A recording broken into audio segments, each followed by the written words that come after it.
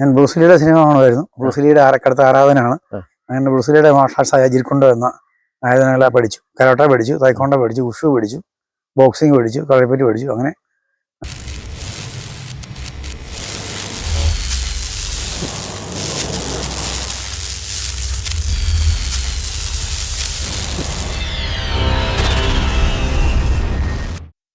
എല്ലാവർക്കും നമസ്കാരം. ഞാൻ ഇടുക്കി ജില്ലയിലെ ബ്രൂസ്ലി മൗണ്ട് എന്ന സ്ഥലത്താണ്.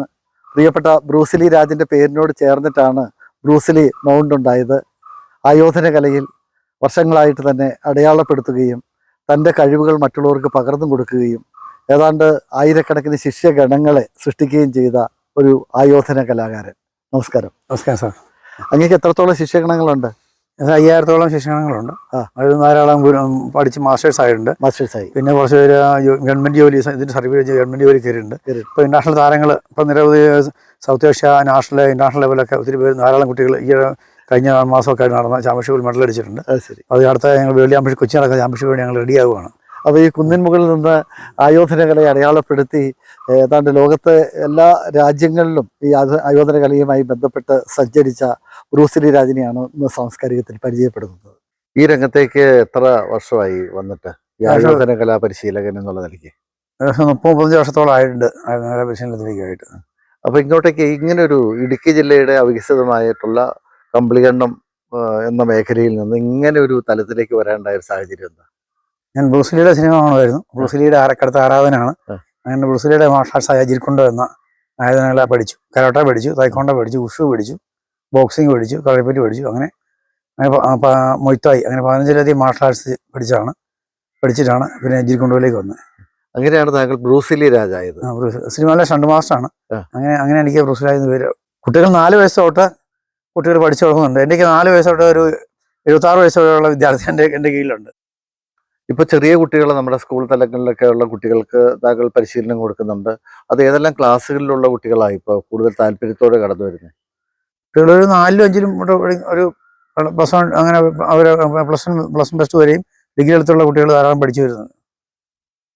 സാധാരണഗതിയിൽ മത്സരങ്ങൾക്കൊക്കെ പോകണമെങ്കിൽ എത്ര നാളത്തെ ഒരു പരിശീലനം വേണ്ടി വരും? 2-3 വർഷം ഉള്ള കടുത്ത പരിശീലനം ഉണ്ടെങ്കിൽ സ്റ്റേറ്റ് തല മത്സരങ്ങളും പങ്കെടുക്കാൻ പറ്റും. ഒരു 3-4 വർഷം നല്ല പരിശീലനം ഉണ്ടെങ്കിൽ നാഷണൽ ലെവലിൽ മത്സരിക്കാനുള്ള സംവിധാനമുണ്ട്, അതിനുള്ള ഇതുണ്ട്. ഇങ്ങനെ മത്സരിക്കുന്നവർക്ക് എന്തെല്ലാം തരത്തിലുള്ള ആനുകൂല്യങ്ങളാണ് കിട്ടുന്നത്? മത്സരിച്ച് കഴിഞ്ഞ് കഴിഞ്ഞാൽ ഇതിനകത്ത് പ്രസന്റേഷൻ എന്നൊക്കെ പറയുന്നത് എങ്ങനെയാണ്? പിന്നെ മത്സരിച്ച സ്കൂൾ തലങ്ങളിലുള്ള മത്സരമുണ്ട്, അല്ലാത്ത മത്സരമുണ്ട്, അമച്ചർ മത്സരമുണ്ട്.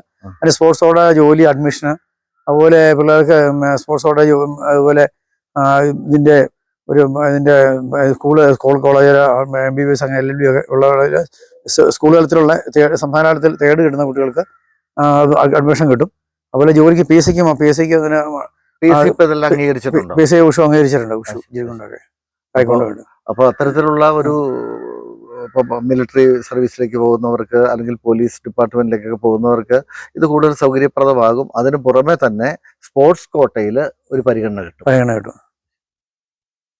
ഇപ്പോൾ താങ്കളെ സംബന്ധിച്ചിടത്തോളം ഹൈറേഞ്ചിൽ ധാരാളം കുട്ടികൾ ഈ രംഗത്തേക്ക് കൊണ്ടുവരാൻ കഴിഞ്ഞിട്ടുണ്ട്. എത്രത്തോളം മിടുക്കരാണ് ഹൈറേഞ്ചിലെ കുട്ടികൾ?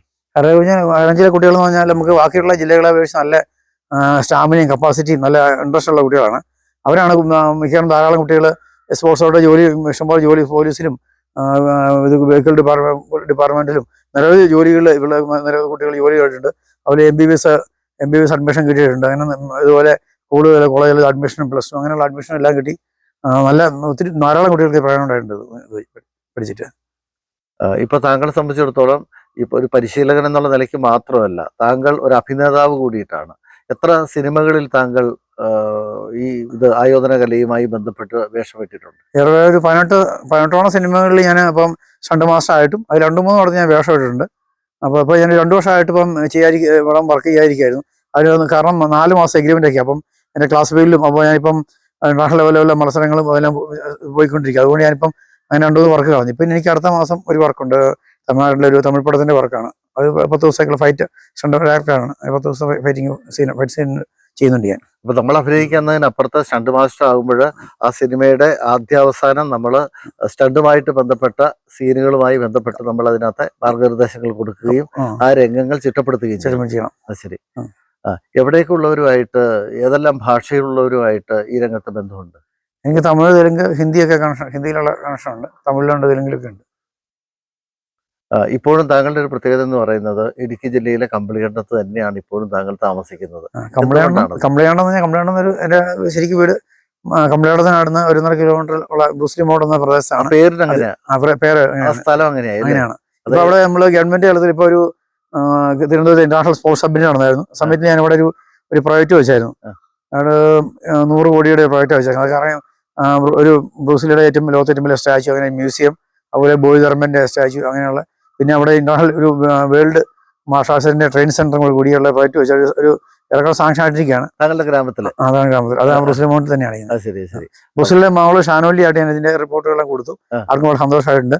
പിന്നെ കൊച്ചിയിൽ അടുത്ത ചാമ്പ്യൻഷിപ്പ്, വേൾഡ് ചാമ്പ്യൻഷിപ്പ് കൊച്ചിയിൽ നടക്കാൻ പോകുന്ന ഞാൻ ഗവൺമെന്റ് പ്രൊജക്റ്റ് വെച്ച് ഗവൺമെന്റ് സാങ്ഷൻ ആക്കിയിട്ടുണ്ട്. ഏകദേശം 70 രാജ്യങ്ങളിൽ നിന്നായിട്ട് 25 മാർഷൽ ആർട്സിന്റെ കായിക താരങ്ങൾ പങ്കെടുക്കുക. 10,000-ഓളം കായിക താരങ്ങളും ഒഫീഷ്യൽസ് എല്ലാം പങ്കെടുക്കുന്ന ഒരു വലിയൊരു കായികമാമാണ്. അതവിടെ സ്പോർട്സ് കൗൺസിലിന്റെയും കേരള ടൂറിസം ഡിപ്പാർട്ട്മെന്റിന്റെയും വലിയൊരു, ഇന്ത്യയിലെ ഏറ്റവും വലിയ ടോപ്പ് പരിപാടിയാണ്. ഏപ്രിൽ 24-ാം തീയതി തൊട്ട് 30-ാം തീയതി വരെ നടക്കുന്ന മത്സരം നടക്കുന്നതാണ്. അതിലിപ്പം എനിക്ക് എൻ്റെ ഐഡിയ അനുസരിച്ചാണ് ഞാൻ ഗവൺമെന്റ് സബ്മിറ്റ് ചെയ്തത്. സ്പോർട്സ് മന്ത്രിയോട് സംസാരിച്ചായിരുന്നു. 4-5 മീറ്റിംഗ് കഴിഞ്ഞായിരുന്നു. അപ്പോൾ സാങ്ഷൻ ആയിട്ടുണ്ട്. അപ്പൊ അതിന് ഇന്റർനാഷണൽ ലെവൽ അതിന്റെ ഒരു ബോഡി ഉണ്ട്. വലിയൊരു മത്സരം വരാൻ പോകും. ഒരു മത്സരം കേരളത്തിലെ ഇപ്പം ഇന്ത്യയിലെ എല്ലാ കായികങ്ങളുടെയും മാതാവാണ് കളരിപ്പറ്റ്. കേരളത്തിനാണ് പോയത്. കേരളത്തിനാണ്. ഈ കൊച്ചിയിലെ ഒരു രാജാവായിരുന്നു boy Dharman. Boy Dharman Thailand ഇവിടെ കാഞ്ചീപുരം നിന്ന് വന്ന് അവിടെ കൊച്ചി രാജാവായി. അവിടെ നിന്ന് പിന്നെ ബുദ്ധസന്യാസിയാകാൻ വേണ്ടി ചൈനയിൽ പോയി. അവിടെ ഷാവുൽ ടെമ്പിളിലൊക്കെ അദ്ദേഹത്തിന്റെ പ്രതിമയൊക്കെ ഉണ്ട്, ബോയ് ധർമ്മന്റെ പ്രതിമയൊക്കെ ഉണ്ട്. അപ്പൊ അതുകൊണ്ട് ഞാൻ അതിന്റെ എല്ലാം എങ്ങനെ ലോകത്തിലെ ഇവിടെ കേരളത്തിലെ നമ്മുടെ ബ്രൂസ്ലി മൗണ്ടിൽ അത് ഇങ്ങനെ സംവിധാനം ചെയ്യാനും, അതുപോലെ അതിനോട് നമ്മൾ ചാമ്പ്യൻഷിപ്പ് നടക്കുന്നതൊക്കെ കൊച്ചിയിൽ നടക്കുന്നത്. വലിയ രാജ്യങ്ങൾ നമ്മൾ പങ്കെടുക്കും. അപ്പോൾ അതിന്റെ വേൾഡിന്റെ ഗ്ലോബൽ മാർഷൽ ഗെയിം ഫെഡറേഷനിൽ അതിന്റെ സെക്രട്ടറി ആയിട്ട് എനിക്ക് തിരഞ്ഞെടുത്തിട്ടുണ്ട്. ബ്രൂസ്ലി മോൾ ഷാനോലിയാണ് അതിന്റെ പ്രസിഡന്റ്. അവരെല്ലാവരും കൊച്ചി വരും. എത്ര മക്കളാ? ബ്രൂസ്ലി 2 മക്കളാണ്. ബ്രണ്ടലി അത് പുള്ളി ഷൂട്ടിംഗ് ഇടയ്ക്ക് മരിച്ചുപോയി. ഈ മകളുണ്ട്, ഷാനോലിയാണ് ബ്രൂസ്ലി ട്രസ്റ്റുമായിട്ട് ബന്ധപ്പെട്ട്. അപ്പൊ ഞങ്ങളവിടെ അതിന്റെ ഡയറക്റ്റ് ഞങ്ങളെ കണക്ഷനിലാണ് പോകുന്നത്. ഇപ്പൊ ഞാൻ ജയ്ക്കുണ്ടോ ബ്രൂസ്ലി അസോസിയേഷൻ ഇന്ത്യ എന്നുള്ള അസോസിയേഷന്റെ നാഷണൽ സെക്രട്ടറി കൂടിയാണ്. സമീപകാലത്ത് നേപ്പാളിൽ നമ്മുടെ ഇടുക്കി ജില്ലയിലെ മിടുക്കരായ കുറേ പ്രതിഭകൾ മത്സരിച്ചിരുന്നു. അവർ എവിടേക്കുള്ളവരായിരുന്നു? അത് പണിക്കൂടി സ്കൂളിൽ നിന്നുള്ള 2 കുട്ടികളുണ്ടായിരുന്നു. ബാക്കി ഇരട്ടയാർ ഭാഗത്തു നിന്നും മൂന്നാർ ഭാഗത്തു നിന്നുള്ള കുട്ടികളാണ് പങ്കെടുത്തത്. അപ്പം കേരളത്തിന് വേണ്ടി മെഡൽ നേടാൻ കഴിഞ്ഞ നമ്മുടെ ഈ ഇവിടുത്തെ കുട്ടികൾക്കാണ് മെഡൽ നേടാൻ കഴിഞ്ഞത്. ഇടുക്കിയിലെ കുട്ടികൾക്കാണ്. ബാക്കി ഇന്ത്യ എന്നുള്ള ഒരു മെഡലും ഇല്ലാതെ. അത് സൗത്ത് ഏഷ്യൻ ചാമ്പ്യൻഷിപ്പ് ആയിരുന്നു. ഏകദേശം 6-7 രാജ്യങ്ങളിൽ നിന്നുള്ള കായിക താരങ്ങൾ പങ്കെടുത്തിട്ടുണ്ടായിരുന്നു. അപ്പൊ താങ്കൾ ഇപ്പൊ താമസിക്കുന്നത് ഈ കമ്പളികണ്ടത്തിനടുത്തുള്ള ബ്രൂസ്ലി മൗണ്ട്. അപ്പൊ താങ്കളുടെ പേരിൽ ഒരു പ്രദേശം തന്നെയുണ്ട്. ഞാൻ ബ്രൂസ്ലിയോടുള്ള ആരാധന മുഖത്ത് അങ്ങനെ പേരുടെ കാരണം ബ്രൂസ്ലിയുടെ പേരിൽ ഒരു സ്ഥലമില്ല. അങ്ങനെ ഒരു അതിന്റെ പേരിൽ ഇങ്ങനെ നമുക്കൊരു അത്തരം ലോകത്ത് അറിയപ്പെടുന്ന ലോക മാർഷൽ ആർട്സിന്റെ ആചാര്യനായ അദ്ദേഹത്തിന്റെ പേരിലൊരു സ്ഥലത്തിന് പേരിട്ടു. അപ്പൊ അതിന്റെ ആ സ്ഥലത്തിന് പേരായി. എല്ലാ ഇന്ത്യ ഗവൺമെന്റിലും വേൾഡ് ചാമ്പ്യൻഷിപ്പുകളൊക്കെ ഇതിന്റെ ഈ പ്രോജക്റ്റുകൾ സബ്മിറ്റ് ചെയ്യും. അവർക്കെല്ലാം ബ്രൂസ്ലി മൗണ്ടിനെ കുറിച്ച് അറിയാം. അവർക്കെല്ലാം നല്ലൊരു വരാനും താല്പര്യമുണ്ട്. ഇപ്പൊ ഈ വേൾഡ് ചാമ്പ്യൻഷിപ്പ് കൊച്ചി നടക്കുന്ന സമയത്ത് ഷാനോലിയും അതുപോലെ തായ്ലൻഡ് രാജാവ് വരുന്നുണ്ട്. പിന്നെ ഇവിടെ നിന്നുള്ള ഹിന്ദി സിനിമയുടെ മലയാള സിനിമയിലെ താരങ്ങളും, അതുപോലെ ഇവിടുത്തെ തമിഴ്നാട് ഉപമുഖ്യമന്ത്രി ഉദയനിധി സ്റ്റാലിൻ, സ്പോർട്സ് മന്ത്രി ഉദയനിധി സ്റ്റാലിൻ വരുന്നുണ്ട്. മുഖ്യമന്ത്രിയും സ്പോർട്സ് മന്ത്രിയും വലിയ ഭയങ്കര ഒരു കായിക മാമമാണ് കൊച്ചി നടക്കാൻ പോകുന്നത്. അതിനെല്ലാവരെയും സ്വാഗതം ചെയ്യുന്നു. അതിങ്ങനെ എൻ്റെ ഒരു ഐഡിയ എന്ന് തോന്നിയ ഐഡിയ അത് സക്സസ് ആക്കി എടുത്തു.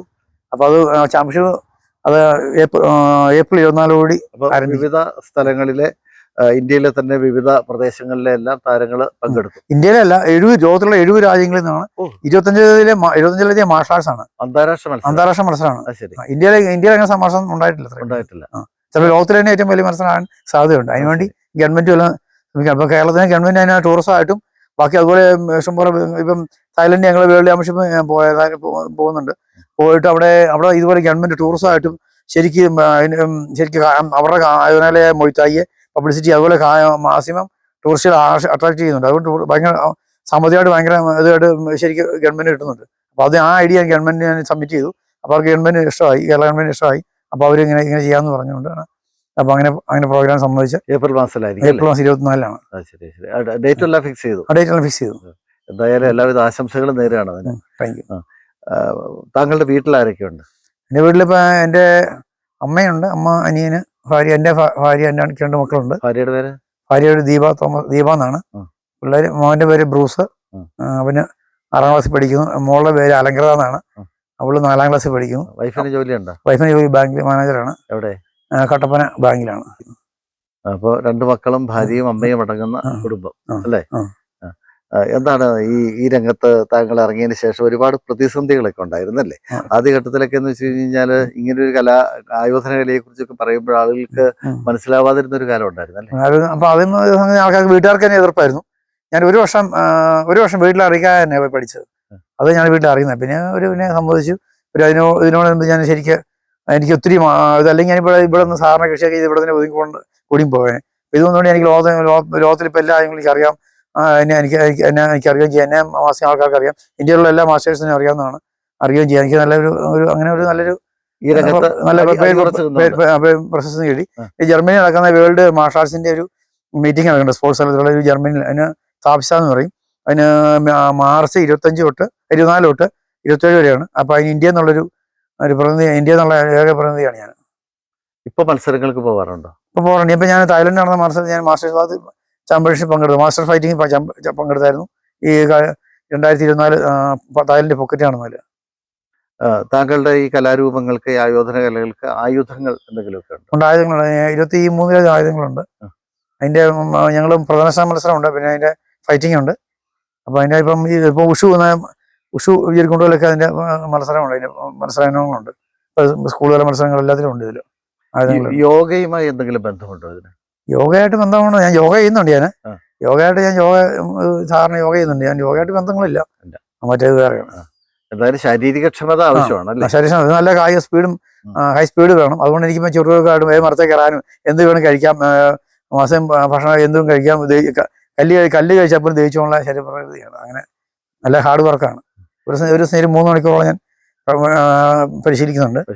ഞാൻ ചിട്ടാള മാസം ഭക്ഷണ രീതികളൊക്കെ ക്രമീകരിച്ചാണ് കഴിക്കുന്നത്. അങ്ങയുടെ യാത്രകൾ കൂടുതലും ബുള്ളറ്റാണ്. ഇനി പഴയ ബുള്ളറ്റ് 2 ബുള്ളറ്റാണ്. ഇതാണ് എന്റെ യാത്ര സുഖം. എവിടെ വരെയൊക്കെ പോയിട്ടുണ്ട്? ഇതിന് തമിഴ്നാട്, ചെന്നൈ, എറണാകുളം, അങ്ങനെ പല സ്ഥലങ്ങളിൽ ബുള്ളറ്റിൽ യാത്ര ചെയ്തിട്ടുണ്ട്. ഏകദേശം എത്ര കിലോമീറ്റർ സഞ്ചരിച്ചു കഴിഞ്ഞു? ഏകദേശം ഒരു 50,000 മുകളിൽ കിലോമീറ്റർ സഞ്ചരിച്ചിട്ടുണ്ട് അത് ഈ വണ്ടിയിൽ 15 വർഷമായിട്ട്. ശരി. അപ്പൊ എന്തായാലും യാത്രകൾ ഏറെ ഇഷ്ടപ്പെടുന്ന ആളാണ്. യാത്രകളോടൊപ്പം തന്നെ വേഗത്തിൽ ഒരു സ്ഥലത്ത് എത്തണമെങ്കിൽ നമ്മുടേതായിട്ടുള്ള ഇരുചക്ര വാഹനമാണെങ്കിൽ നമുക്ക് സൗകര്യപ്രദമായ വാഹനം വേണം. അത് ഈ ബുള്ളറ്റ് ആണെങ്കിൽ കുഴപ്പമില്ല. യാത്ര സുഖമുണ്ട്, വലിയ കുഴപ്പമില്ല, എളുപ്പമുണ്ട് യാത്രയ്ക്ക്. എന്തായാലും ഈ രംഗത്തേക്ക് കടന്നു വന്നു, ഒരുപാട് പ്രതിസന്ധികളെയൊക്കെ അതിജീവിച്ച് ഈ രംഗത്തേക്ക് എത്തി. വീട്ടുകാരുടെ എതിർപ്പിലേക്ക് അതിജീവിച്ച പഠിച്ചതല്ലേ? വീട്ടിലാദ്യം എതിർപ്പായിരുന്നു. ആദ്യം തങ്ങള് ഒരു പരിശീലന കേന്ദ്രം തുടങ്ങുന്നത് എത്ര വർഷം മുമ്പ്? ഞാൻ ശരിക്കും പറഞ്ഞാൽ പഠിച്ചു തുടങ്ങിയ ഒരാഴ്ച തന്നെ ഞാൻ എൻ്റെ കൂട്ടുകാരെ, എനിക്ക് അന്ന് കരാട്ടയായിരുന്നു, കൂട്ടുകാരെ പഠിപ്പിച്ച് തുടങ്ങിയാൽ ശരിക്കും പറഞ്ഞാൽ. പിന്നെ പരിശീലന കേന്ദ്രം ആരംഭിച്ചിട്ട് ഒരു 30 വർഷം മുകളിലായിട്ടുണ്ട്. പടിമാലിലും ഒരു അക്കാഡമി ഉണ്ട്, ജിക്കുണ്ടോ അക്കാഡമി. എല്ലാം ശരിക്കും പ്രൊഫഷണലായിട്ടുള്ളൊരു ട്രെയിനിങ് സെൻ്റർ തുടങ്ങി. എല്ലാ എക്യുപ്മെൻറ്റ്സും വെച്ചുള്ള ട്രെയിനിങ് സെൻ്റർ തുടങ്ങി. അത് കഴിഞ്ഞ് ഡെയിലി ട്രെയിനിങ്ങാണ്. ഒരു ദിവസം രാവിലെ തൊട്ട് 3-4 ബാച്ചാണ് എടുക്കുന്നത്. അപ്പോൾ അവിടെ അങ്ങനെ പരിശീലിച്ചുകൊണ്ട് കുട്ടികൾക്ക്. അപ്പോൾ ഞാൻ പല സ്ഥലങ്ങളിൽ ട്രെയിനിങ് വിദേശത്തൊക്കെ പോയപ്പം അങ്ങനെ ഒരു ട്രെയിനിങ് സെൻ്ററിൻ്റെ ആവശ്യകത എനിക്ക് തോന്നി. അപ്പോൾ കേരളത്തിലും അങ്ങനെ പല സ്ഥലത്തും കേരളത്തിലും ഇടുക്കിയിലും പ്രത്യേകിച്ച് ഇല്ലായിരുന്നു. ഇപ്പോൾ ഞാൻ പടിമാലി ബസ് സ്റ്റാൻഡിൽ തന്നെയുള്ള പുതിയത് ബിൽഡിങ്ങിൽ ട്രെയിനിങ് സെൻ്റർ തുടങ്ങി. ഇപ്പോൾ നല്ല മികച്ച ആയിട്ടാണ് കുട്ടികൾ കൈവരിച്ചിരിക്കുന്നത്. അതുകൊണ്ട് നല്ല ആൾക്കാർക്കും നിരവധി കുട്ടികളും പിന്നെ വൈകിട്ട് ഈവനിങ് അങ്ങനെ പേരൻസ് പ്രായമുള്ള ഫിറ്റ്നസിന് വേണ്ടി, കായികക്ഷമതയ്ക്ക് വേണ്ടി കേട്ട് വരുന്നുണ്ട്. കുട്ടികളുമായിട്ട് അങ്ങനെ പല പ്രായത്തിലുള്ള ആൾക്കാർ പങ്കെടുക്കുന്നുണ്ട്, പരിശീലിക്കുന്നുണ്ട്. ശ്രീ ബ്രൂസിലി രാജിന് ഇപ്പോൾ താങ്കളെ പോലെ ഇതിന് പരിശീലനം കൊടുക്കുന്ന എത്രത്തോളം ശിക്ഷകണങ്ങളുണ്ട്? പരിശീലനം അയാൾക്ക് ഒരു 70ഓളം ശിക്ഷകങ്ങൾ പല ജില്ലയിലുമുണ്ട്, ചെയ്യുന്നുണ്ട്. അവർ ഒരു 70ഓളം കോച്ചുമാരും ഒരു 50ഓളം ഒഫീഷ്യൽസും അങ്ങനെ ടീം മത്സരത്തിനും റെഡിയാക്കുവാണ്. അങ്ങനെയുള്ള ജഡ്ജസൊക്കെ ഉണ്ട്.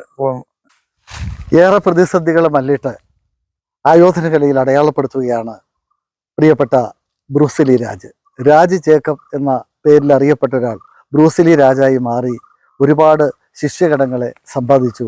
അദ്ദേഹത്തിൻ്റെ ജീവിതത്തിൻ്റെ നാൾവഴികളാണെന്ന് പ്രേക്ഷകരെ പരിചയപ്പെടുത്തിയത്. സാംസ്കാരികത്തിൽ പങ്കെടുത്തതിന് ഒരുപാട് നന്ദി.